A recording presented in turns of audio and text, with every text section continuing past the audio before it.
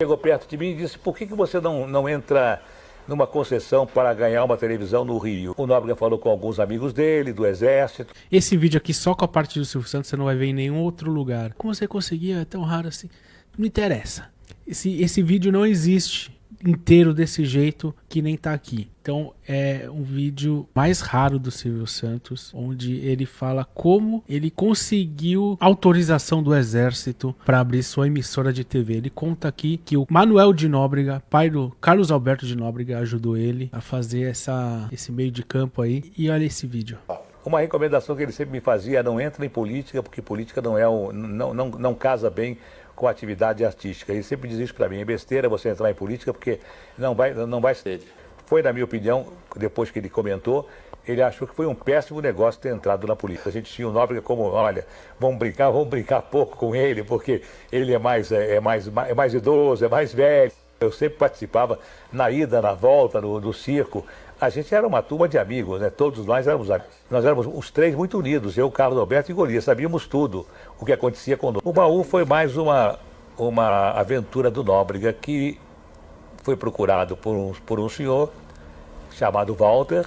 Esse Walter tinha uma boa ideia, a ideia de fazer um baú de brinquedo. Ele se associou ao Nóbrega. O Nóbrega deveria entrar com a publicidade e com o nome dele.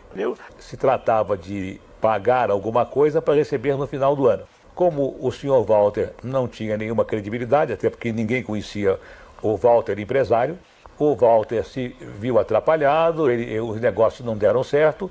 Nóbrega então me chamou, pediu que eu fosse resolver o problema das pessoas que viessem pagar para o próximo ano e que eu dissesse a essas pessoas que infelizmente não ia mais ter baú da felicidade, que elas não precisassem pagar.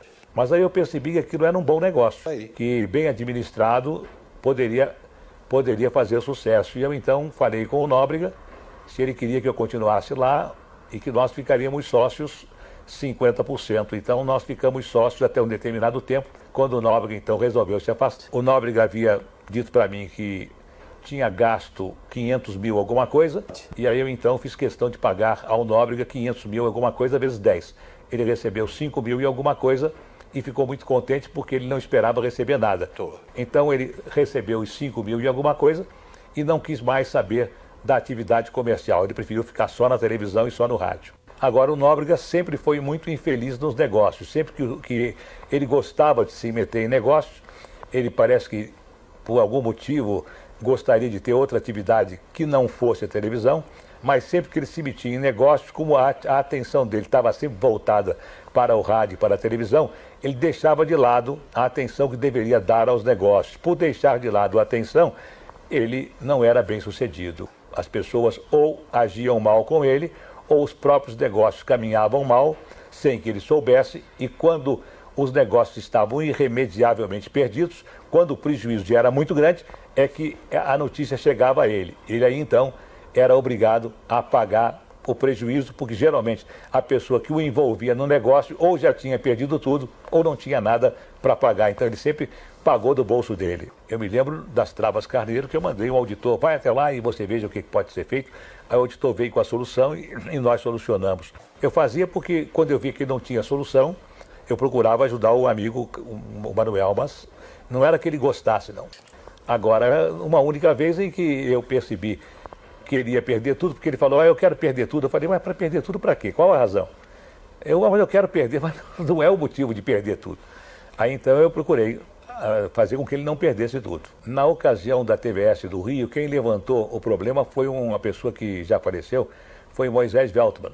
Moisés Veltman trabalhava numa revista e ele chegou perto de mim e disse: por que você não entra numa concessão para ganhar uma televisão no Rio? E eu falei: não tem interesse, eu estou alugando horários na televisão e para mim é muito mais interessante vender os carnês do baú da felicidade através de aluguel de horário do que ter televisão. O Nóbrega falou com alguns amigos dele, do Exército.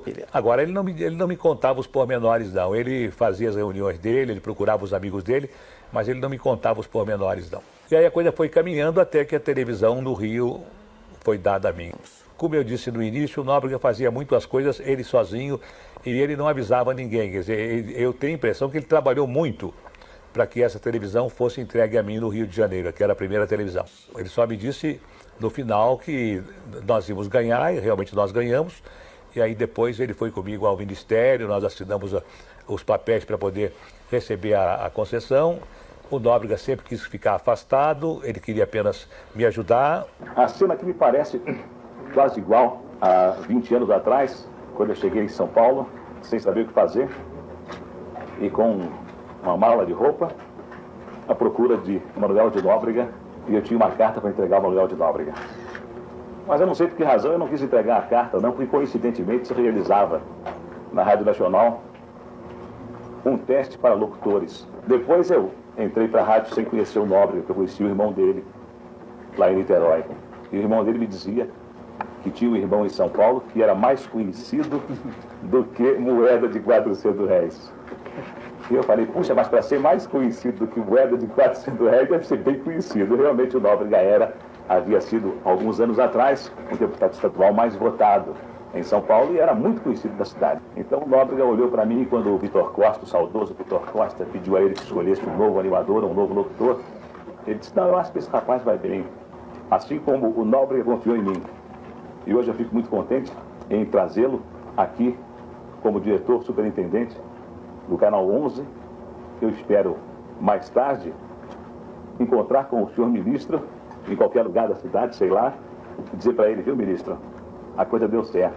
Em muito menos de 20 anos, nós conseguimos fazer aquilo que o senhor queria e aquilo que o governo esperava. É só. Muito obrigado. A seguir, ouviremos a palavra do senhor Manuel de Nóbrega. Meus amigos, companheiros, este instante para nós, eu não escondo, é muito mais do que um ato solene, é a concretização de um grande ideal. E Vossa Excelência não tem por que estranhar que um homem beirando os 63 anos de idade fale em futuro. Vossa Excelência hoje conhece bem cada um de nós, por isso sabe que somos filhos de imigrantes, estrangeiros que escolheram o Brasil para nele reconstruir uma nova vida. E porque sabíamos que os nossos pais confiavam em nossa pátria, que nos atiramos à luta no desejo de tornar o Brasil muito maior, para que eles não se arrependessem de ter escolhido o Brasil como segunda pátria. Pois bem, Excelência, lutamos e vencemos. Nunca nos afastamos da ética, nunca pisamos nos que caíam e nunca empurramos os que estavam à nossa frente. E assim vai ser também, Excelência, a nossa luta dentro do Canal 11. Vamos somar, não diminuir. Vamos multiplicar, não dividir. Vamos construir, não destruir. O ilustre general Ernesto Geisel, o presidente da República Federativa do Brasil, e Vossa Excelência, senhor ministro, não se arrependerão da confiança em nós depositada. E podemos afirmar que toda a classe radialista e todos os artistas de televisão do Brasil estão vibrando no dia de hoje, e com justa razão. É a primeira vez na história brasileira que um canal de televisão é dado a um punhado de artistas brasileiros. Sim, senhor ministro, em cada um de nós, diretores do Canal 11, há um animador, um ator, um redator, um produtor, um artista de televisão. Vamos conduzir com muita dignidade, muito trabalho e muito respeito a tocha sagrada de nosso ideal. Iremos entregá-lo aos nossos pósteros com mãos limpas para mãos limpas. Assim Deus nos ajude. Obrigado. Figueiredo se incompatibilizou com os outros empresários e resolveu dar para mim a concessão. O Nóbrega sempre foi uma pessoa despreendida de dinheiro, né? Ele não se preocupava com dinheiro. Ele vivia, o dinheiro que ele ganhava, ele se mantinha, mas sempre que alguém precisava dele, ele socorria, não só colegas, como pessoas também que iam procurá-lo. Depois que nós nos encontramos e depois que eu falei do Fernando, irmão dele, aí nós fizemos um bom relacionamento, principalmente depois que eu passei a atuar no programa dele, porque antes de atuar no programa dele, eu quase não via o Nóbrega. Aí, como eu não tinha nenhum parente em São Paulo, eu era sozinho em São Paulo, e estava naquela época com 24 anos, o Nóbrega passou a ser o meu pai. Eu ia para a casa do Nóbrega, eu frequentava a família, eu me dava muito bem com o Carlos Alberto. Então nós éramos bons amigos. Realmente eu lamento que o Nóbrega tenha falecido prematuramente, porque ele era um excelente companheiro e eu tinha um Nóbrega como meu pai em São Paulo. Pena que, infelizmente, isso foi interrompido por força das circunstâncias.